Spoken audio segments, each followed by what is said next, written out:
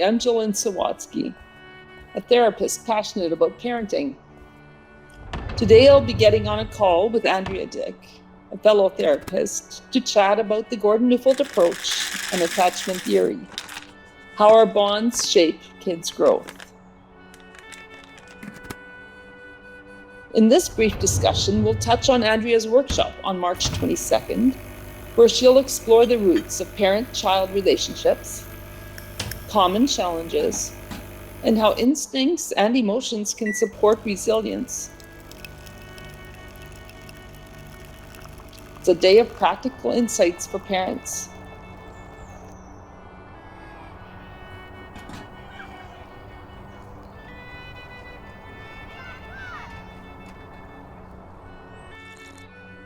I'm recording this call to share with you in hopes that it will bring some value to any parents who might be struggling.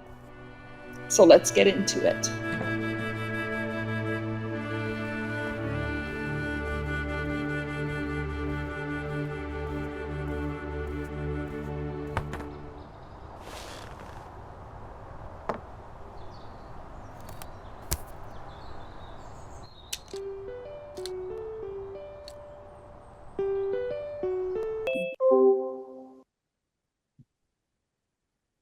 Hi, Andrea. Hi, Jolyn. It's good to see you. You too. Thanks for having me. Okay, so just so that our viewers know a little bit about who we are, I have a private practice in Niverville in Winnipeg in Manitoba, and my practice is called Evergreen Therapy. And I'm a counseling therapist at Recovery of Hope in Winnipeg and Steinbach, Manitoba, and also a course facilitator with the Neufeld Institute. I'm glad to have you here. Okay, so we're going to be talking about parenting today, and parenting can be really tough. Yeah, it has its rewarding moments, but so often as parents, and you and I are both parents, we can feel completely unprepared and caught off guard when the ways that we would have typically thought parenting should go and training should go do not work. And I have felt a lot of helplessness and frustration, and I know some of my clients have when we realize that what we're doing our best and it's really not working, and we're scared our child will never grow up to be loving and responsible. And it's really scary, and we feel helpless. Yeah, there's so many challenges about parenting, right? And it's so frustrating when something, when it feels like we're putting so much of ourselves into it and it looks like it's not working. And then, of course, the feeling of guilt comes up because we feel responsible. And that's just a feeling that comes. It's like the combination of frustration and responsibility. And then we feel all these things. Um, and it's also just really personal because this is about us. This is about our lives and our kids.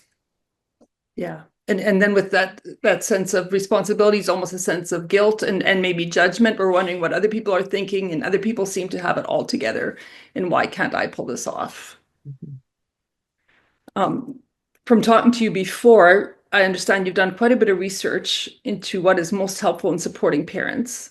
And I'm curious what motivated you in the first place. And you've told me a little bit about it, but can you just tell us what motivated you to do this research? Well, when my kids were young, we had a lot of challenges that we were facing as a family and lots of intensity. And then that showed up in our kids, right?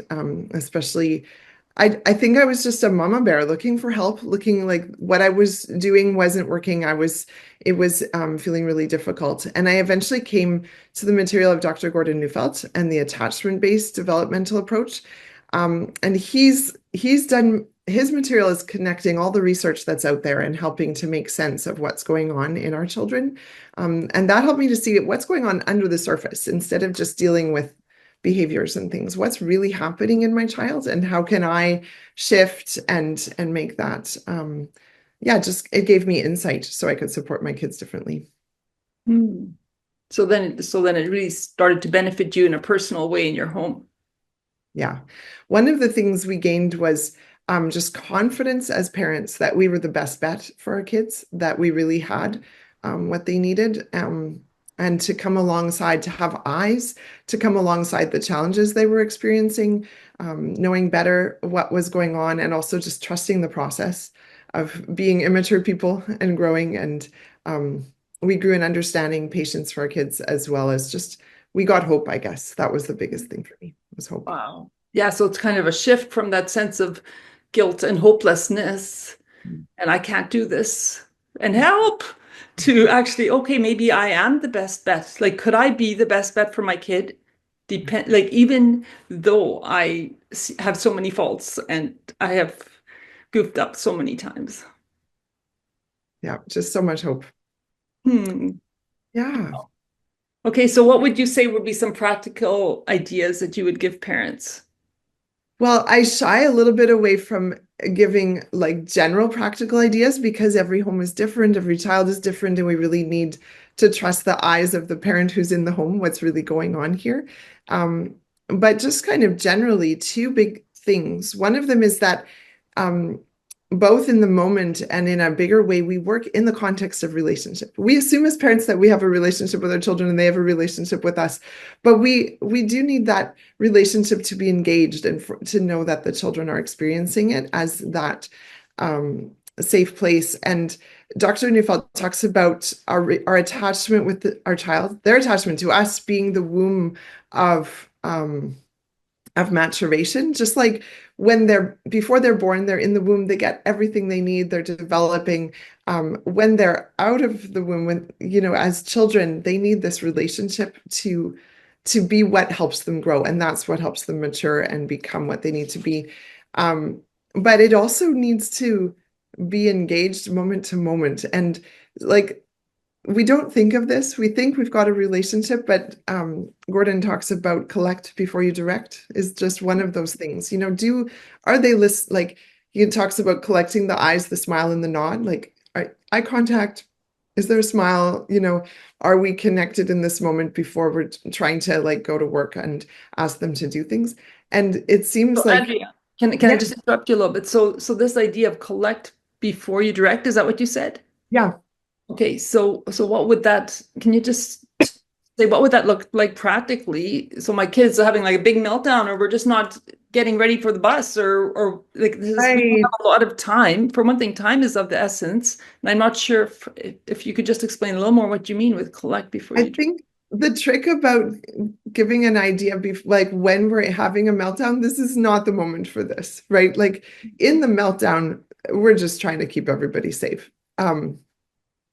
But it's before the meltdown. How do we collect people? Like, how do we have a connection or something ahead of time? Like, let's say my child is watching their favorite TV show and I just yell down the stairs, time to come set the table.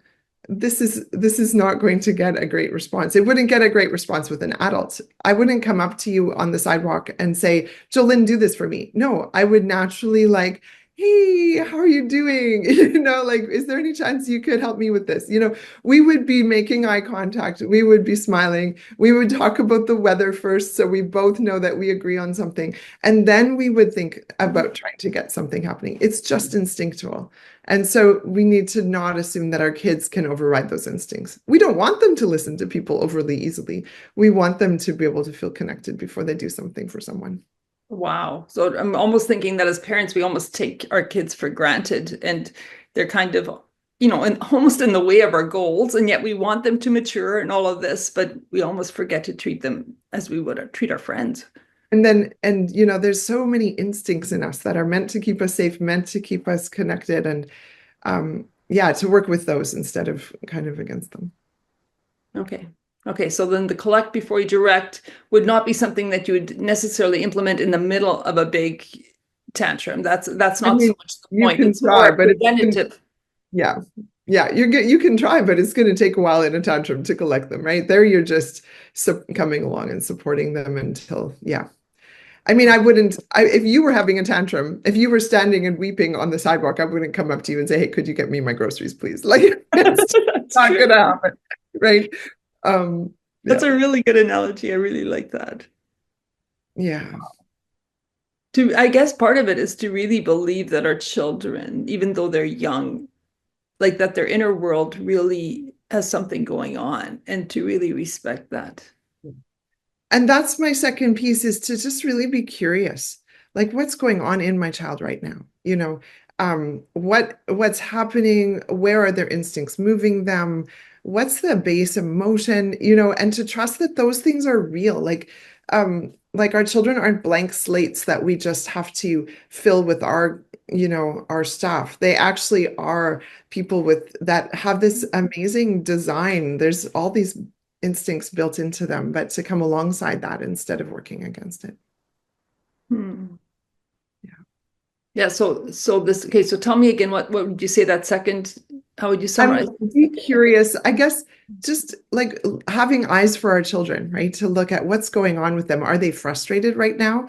Are they struggling with something? And to move towards them based on what's going on for them.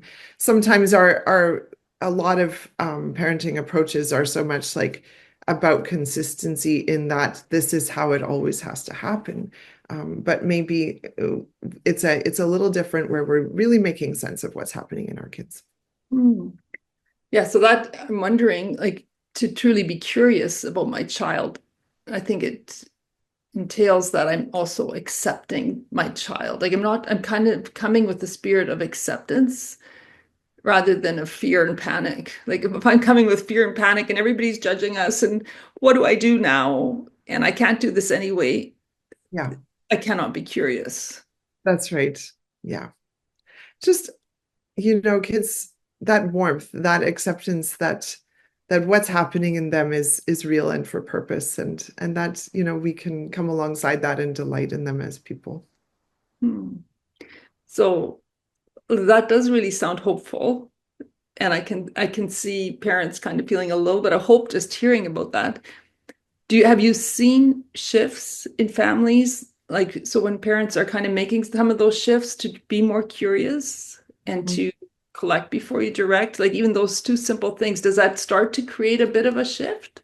I think it easily can. I think there's just so much more to talk about that I wouldn't be able to fit into a shorter conversation. But for me, understanding that changed everything for me in how I responded to my child. And so we were able to, I mean, there was a lot involved, but we were able to just really make some changes that made a big difference for our family. Yeah. Sounds good. Thank you, Andrea. Thanks, Jolyn. Maybe we can chat again another time. Sounds good.